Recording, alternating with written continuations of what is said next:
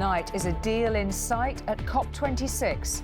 Talks run into overtime as nearly 200 countries try to strike agreement.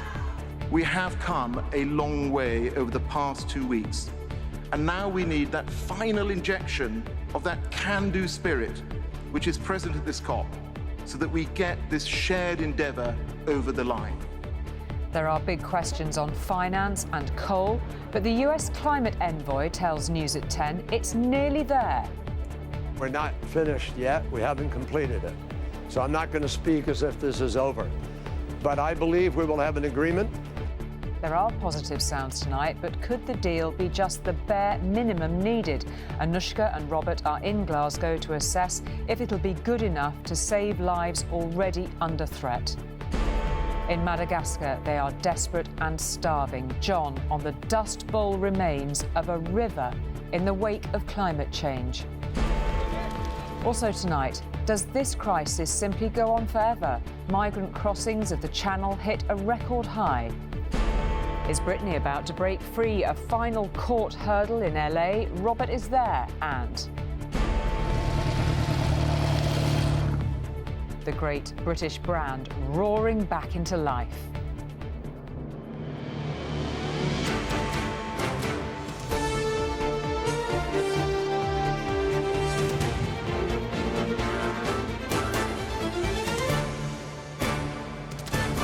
This is ITV News at 10 with Julie Etchingham. Good evening. It may only just be a few minutes past 10 for most of us in Glasgow's conference centre, where the climate change summit is still grinding on. They are well into the 11th hour, but there will be no agreement tonight. The next draft text will be prepared overnight, distributed by 8 a.m. and pored over by the parties from 10 in the morning. After being at 6s and 7s at COP26 for the best part of 2 weeks, there are hopes tonight something can be agreed. Some of the commitments could be watered down, but should at least still be there. The same obstacles remain, though. Will rich countries do enough to help poorer ones? And is the wording on emissions tough enough? Power to the people. Power to the people. Into the room where world leaders and ministers had been sitting came protesters today, invited there to make their voices heard. A tradition in which they have one last chance to influence negotiators, to stop talks unravelling. What do we want? Climate justice. When do we want it? Now. To literally bang the drum. Are we anywhere near a deal that's good enough? We have hours left, few hours left. We need a deal. We need action now. These protesters were not impressed by the latest draft of a climate agreement in which language to abolish coal had been watered down. But with stronger wording on finance, I think we're making progress. representatives from 197 countries carried on their talks in closed rooms. At one session, this media pack didn't call out to the UN Secretary-General, but they did want to hear from a minister whose country faces an existential climate threat. What do you need? What we need is solidarity, unity and consensus. Are we keeping 1.5 alive? If the text that stands, that is currently on the table, if that withstands the battering that it may get, yes, we are holding on by our fingernails. So what is under threat in this draft document that is meant to help save the planet? First, 2 words: fossil fuels. A push to phase out most subsidies in coal, oil and gas has been included for the very first time, but some countries want that language removed. Second, the timetable. Will a request for countries to come back next year with bigger and better climate plans last the day? And then the money, not just to reduce emissions, but to help vulnerable countries to adapt to climate change now and to recover from loss and damage. And so they went back into the room, where there were warnings. Tuvalu is literally sinking. A deadline. We are aware that time is running out. And some good news from Saudi Arabia, who people had feared would block progress. I think the cover decision that you have put to us is something that is workable. Mr. Sharma, what's the mood? Well, I think there was a positive mood in the room, and I think there is a desire from very many parties for an ambitious outcome. We are, of course, in the last few hours of this discussion, and this is a critical moment. Later, the mood turned almost celebratory. Maybe they were just glad it was nearly over, but hopes of getting this across the line by at least tomorrow morning were shifting. And yet, even if a Glasgow deal is judged to keep 1.5 degrees in reach, experts agree it will remain a distant ambition, with so much more needed in coming years if we have any hope of protecting the planet. Anushka Astana, News at 10. Well, Robert is at the talks again for us tonight. So talks going on late into tonight. No new text until the morning. What, or perhaps who, is causing the delay? What are you hearing, Robert? So look, Alok Sharma, the British president of this conference, which I have to say is probably the most important conference I've ever attended, and I've attended a few, was saying literally to the last moment we were going to finish by the deadline of 6 o'clock. Well, I can predict now that we are not going to finish till, at the earliest, late tomorrow afternoon. There are 4 important sticking points. One, as you heard from Anushka, is countries like China, Saudi want to take out that reference to phasing out subsidies for fossil fuels, ending the use of coal-powered fire stations. Coal-fired power stations, excuse me, wrong way around. Frankly, because, so much of their economies are dependent on this stuff. And I have to say, talking to officials here, they fear they will get their way. Equally, poorer countries want the richer countries to prove their generosity when it comes to adapting their economies to make them more resistant to the terrible things that climate change do. $40 billion is what they're looking for. And then the thing that came up really pretty much at the last moment, something again that Anushka referred to, is the poorer countries want the richer countries to give some kind of commitment that as the damage to them through drought, through terrible fires, through the appalling things that climate change can cause, they want some guarantee that richer countries will compensate them. Britain, America, Europe are balking at that, but there will have to be progress. And then finally, there is that ambition to keep 1.5 alive. China and a number of other countries, the bigger developing countries, are resistant to the words that get us back to new negotiations on reducing greenhouse gas emissions before 2030. I think those words will stay, but it is very tense tonight. I started on this journey in Rome at the meeting of the 20 biggest countries on Friday. It's been going for 2 weeks. Plenty of people here will be working through the night for the second or third night running. They are exhausted. They want to get out of here. Whether they will tomorrow afternoon is still not certain. All right, Robert, thank you very much indeed for that. We'll allow you to take a breath now too. Well, if a reminder were needed about how urgent a deal is in the coming hours, then our next report takes us straight there. Most famines are climate-related, but there are always other factors too, like war. That is true of the worst in the world at the moment in Yemen, South Sudan and Ethiopia. But the United Nations says what is happening in southern Madagascar off the east coast of Africa is all down to climate change. There, they've had back-to-back droughts. 1.1 million people haven't got enough to eat. Heading into Madagascar's drought zone, the rivers tell the tale. In the space of 50 miles, they go from reasonably full to half full but shrinking fast, although the children can still eke out some fun. They also managed to do so here, a bit further on, but these boys are playing in what is barely more than a puddle, a recreational remnant of an almost vanished artery of life.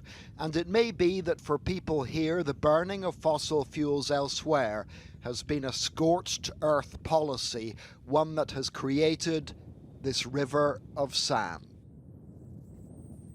In the isolated village of Marafoti, the children don't have the energy to play. Their distended tummies and stick-thin arms tell the tale of human suffering. They have a word for it in French, the carré, which means the drought that causes hunger. The village elder explained that while periods without rain are common, This drought had gone on for more than 3 years. He said all their crops were failing and they'd been reduced to eating cactus flowers. This isn't sustenance, however, for the cactus has no nutritional value. The elder showed me the village water supply, which explained why the only traffic we saw was carting water barrels to and from here on what is a 20-mile round trip. For us, just reaching this village was far from easy, but for the people who call this place home, escaping this is nigh on impossible. They don't have the money, the transport, or the strength. As well as that, they've nowhere else to go. And so the villagers wait for the outside help that has already reached other communities. Here, in the shade of a tamarind tree, UNICEF and other aid groups conduct health checks on vulnerable children, like 4-year-old Celestine. Her arm measurement indicates she's on the borderline of acute malnutrition. She's likely to be among the almost 50% of children here whose growth will be stunted. While food aid is reaching the main population centres, access to rural areas is difficult. This is the main road, the grandly named Route Nationale. We managed to average 10 miles an hour. Aid groups know people beyond their reach are starving to death. The most recent fatalities in a mountain village. In the past days, there had been 50 deaths, out of a population of 2,000, and the situation is getting worse and worse. And this village, unfortunately, is totally inaccessible by road. What's happening here is loss of habitat for humans caused by humans, at least in part. Those causes include rapid population growth and rampant deforestation. But if, as the UN claims, this place is facing the first climate change famine, then you and I are more to blame than the people who call this home. John Irvine, News at 10, Southern Madagascar. And it is scenes like those that are weighing heavily on the minds of the powerful decision makers in Glasgow, including, of course, President Biden's relentlessly upbeat special climate envoy, John Kerry, a veteran of international negotiations. This afternoon, he told me he was sure one of the biggest obstacles to an agreement, adequate finance from rich countries to help poor ones battle climate change, would be fixed, no question, he said. And he's convinced a deal is within reach. We're not finished yet. We haven't completed it. So I'm not going to speak as if this is over. But I believe we will have an agreement, and I believe that agreement is going to address many of the concerns of the poorest, the most vulnerable, those affected today. Have we finished the job? I think I just said, absolutely not. This is the starting gun for the 10-year race. When you add it all up, the IEA says that the current 2050 target would reduce the Earth's would keep the Earth's temperature rise to about 1.8 degrees. So that's a huge move from where we were thinking we were coming in. OK, but these figures are still not going to save very many people from catastrophic impact, are they? No, because the fact is that there's a certain amount, a huge amount, of carbon dioxide and methane that's already up in the atmosphere that's doing damage now. That's why there's urgency. It appears today that financing for developing and poor countries is still not fixed. Why not, and who's to blame? No, it's going to be fixed. There's no question there'll be additional financing. The big economies of the world that are responsible for 80% of all the emissions, obviously we carry a healthy dose of moral and otherwise responsibility to get this right. The pledge to meet $100 billion a year has gone unmet for nearly 10 years now, hasn't it? Are you saying now, as a result of a prospective deal, a deal today, that that pledge will be met and it will be met by the end of 22? We certainly hope it's going to be the end of 22, but it's That's absolutely... just hope, though, we have 98 Secretary billion. Kerry, isn't it? No, wait a minute. No, it's not just hope. We're working even right now to have, hopefully, pull together something that closes the loop. It's at 95 to 98 billion right now. And I don't call 98 billion a failure. President Obama put money in to meet that pledge when he was in office. There's a fellow named Donald Trump who cut it. He cut it for all 3 years, and the first year that President Biden is in office, he's putting the money back in. OK, so why didn't America sign up to the pledge to phase out coal production last week? Because legally we don't have the power to order a local community not to do a permit, but we are already doing that, and everybody knows that. We've closed over 500 coal plants have closed in the United States in the last years, and not because the government ordered them to, because the marketplace has made that decision. There is a big question about America's moral authority at COP26, as many would see it, Secretary Kerry. The president can't get his own climate ambitions passed by Congress. We saw an 85-car motorcade bringing POTUS, bringing the president to COP26, and there is a prospect that President Trump could be back. Why should countries listen to America? Because this is bigger than just America, and America is doing its part under President Biden. We have not only put the money on the table, the president put an emergency plan to help with adaptation and resilience. He put $3 billion into that. And the fact is that he has put forward a reduction plan that keeps 1.5 degrees alive. So I don't think, we're not here to assert our moral authority. We're here to get the job done. This was supposed to be the last best hope. Some will see it as kicking the can down the road. What would you say to them? Well, clearly, everything I just said are real plans, real measures, real targets.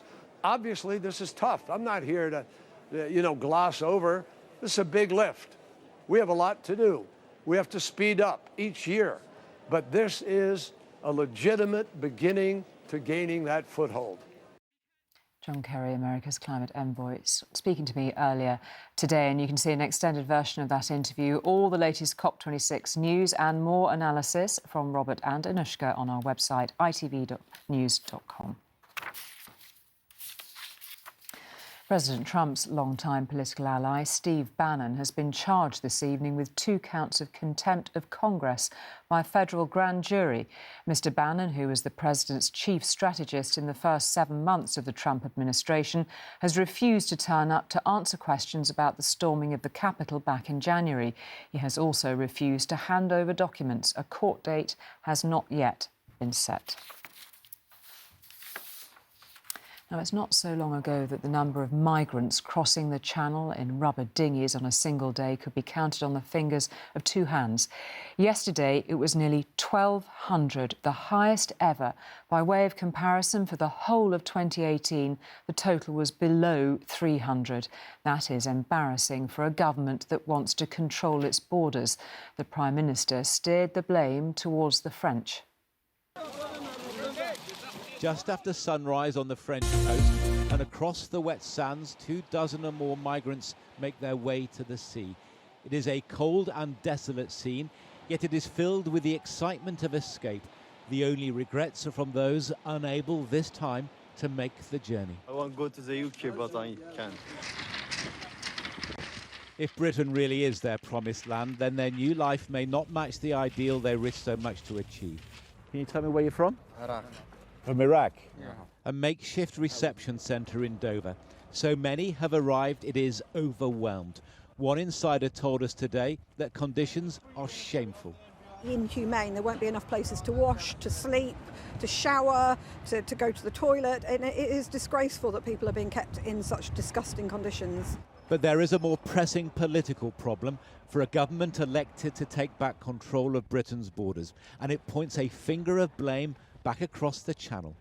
If the French authorities will not or cannot control those departures, it's very difficult for us to turn them back at sea. We want to do that. We want to do that in a safe and a humane way, but it's very difficult. Yesterday, there were almost 1,200 arrivals, a new record. So far this year, more than 23,500 people have come over. That's nearly 3 times the number last year. By comparison, in 2018, fewer than 300 migrants arrived. For all the tough talk and the threat to turn boats back, migrants are still arriving here in record numbers. Critics will say it is convenient for the government to blame their failures on the French. We've lost the collaboration agreements with France, and whilst that situation remains, I'm afraid that we will continue to see more people putting their lives at risk in this way, trying to get across the English Channel in ever worsening conditions, and I'm afraid more people will die. Britain is paying France more than £50 million to step up patrols. The French deny they are reneging on their side of the deal. But while the two sides bicker, the migrants keep moving. John Ray, News at 10. We've got a short break now, but still to come on News at 10. The pictures that raise fears Russia is planning an invasion of Ukraine. Rohit has the latest. Plus, some breaking news from Los Angeles, where a judge has just terminated the conservatorship for Britney Spears. Those stories and more in 30 seconds' time.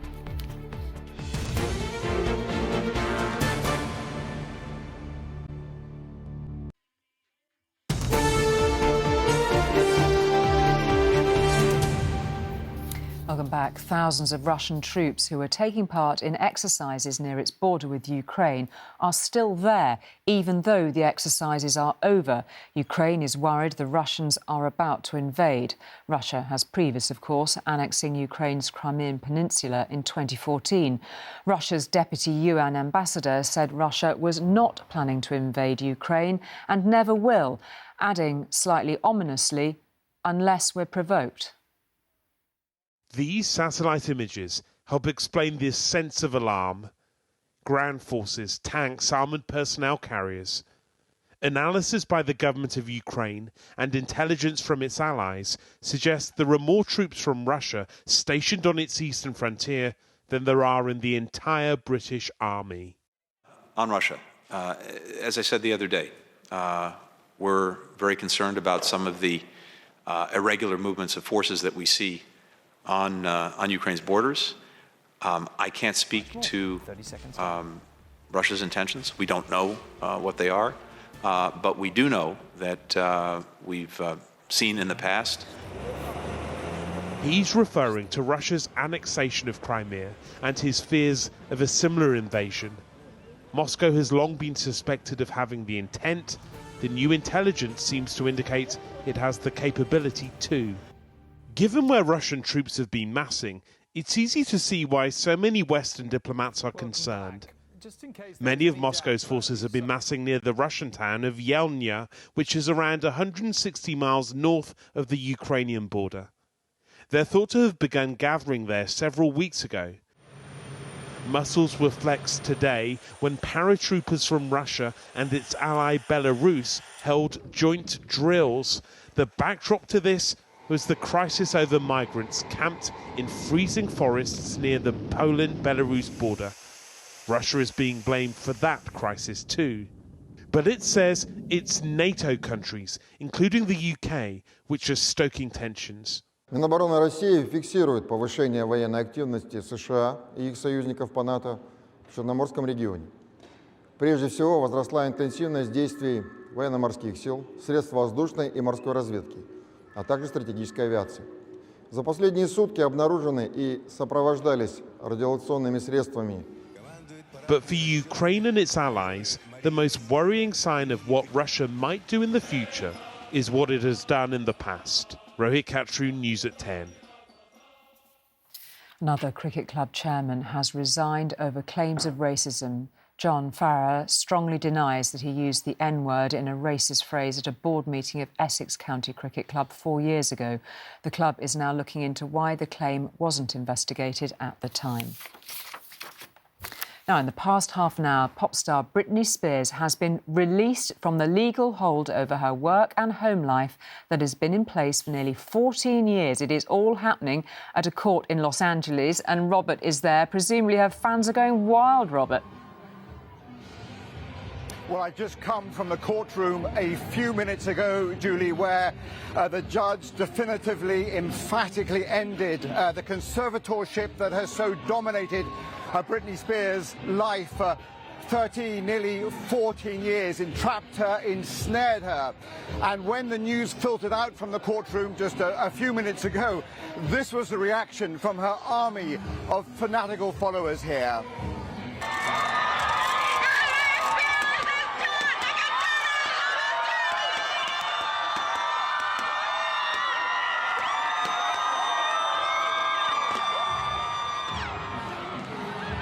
Well, it ends this long, complicated, complex legal saga in which her father, Jamie, had extraordinary control over Britney Spears' personal life, her creative life, her financial life, and all of aspects of her professional life. So certainly, as perhaps you can still hear, her fans are now absolutely ecstatic at this outcome.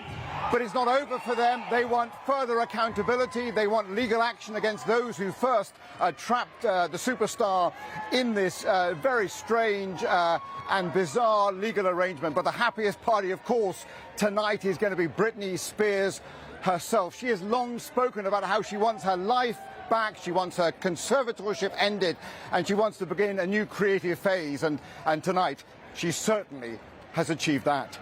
OK, Robert, thank you very much indeed for that extraordinary scenes.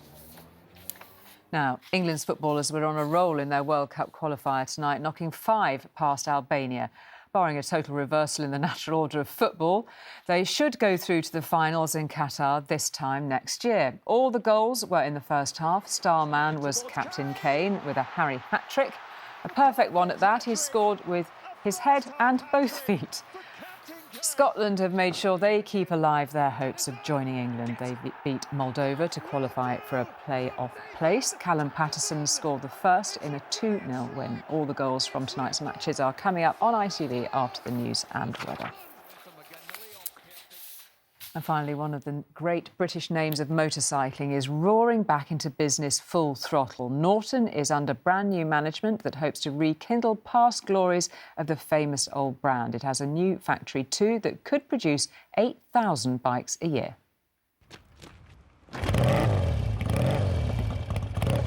For enthusiasts, they are an icon of engineering, an instantly recognisable British biking brand.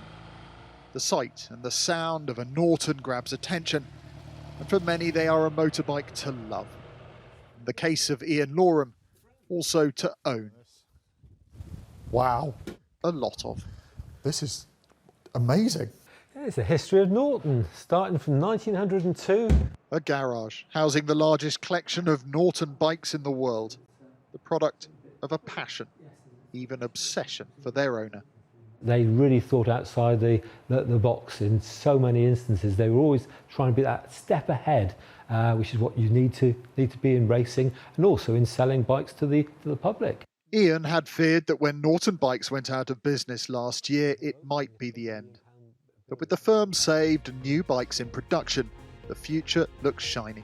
They actually have got things right. Firm in Birmingham, a lot of local people employed, which is good for the country as well, but they are making sure that they are at the pinnacle of motorbike production. Customers for the latest bikes can expect delivery in the coming months.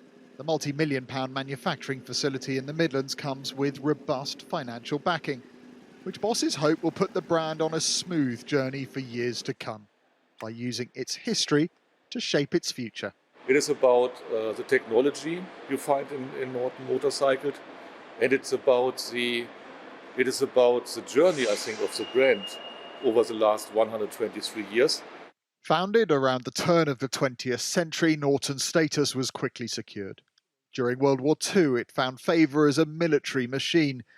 Added to extraordinary success on the racetrack, it becomes easy to understand why some would choose to collect them, and others are willing to invest millions in their future.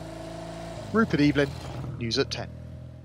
Just before we go, some super news for a group of old super troopers. We always knew they'd come good. Yes, Abba are back at the top of the charts with their first album for 40 years. Voyage has already become the fastest-selling album of the year. It is their 10th #1. How good is that news tonight? That is it from all of us here. Have a lovely weekend. Good night.